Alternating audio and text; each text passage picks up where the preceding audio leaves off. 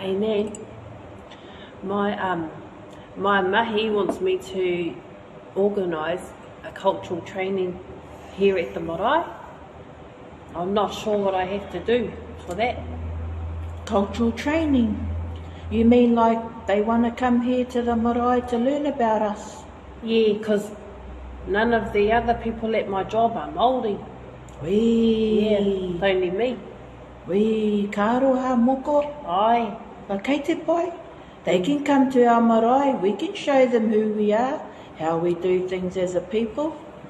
But first, before we go there, there's a very important process that must take place. You know what that is, moko?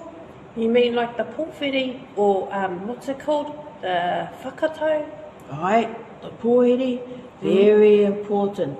You know why? Because if those people haven't been here before, they're wai tapu. You know what that is, moko? Wai tapu, like their feet sacred. Is that right, Ai, Nan? moko.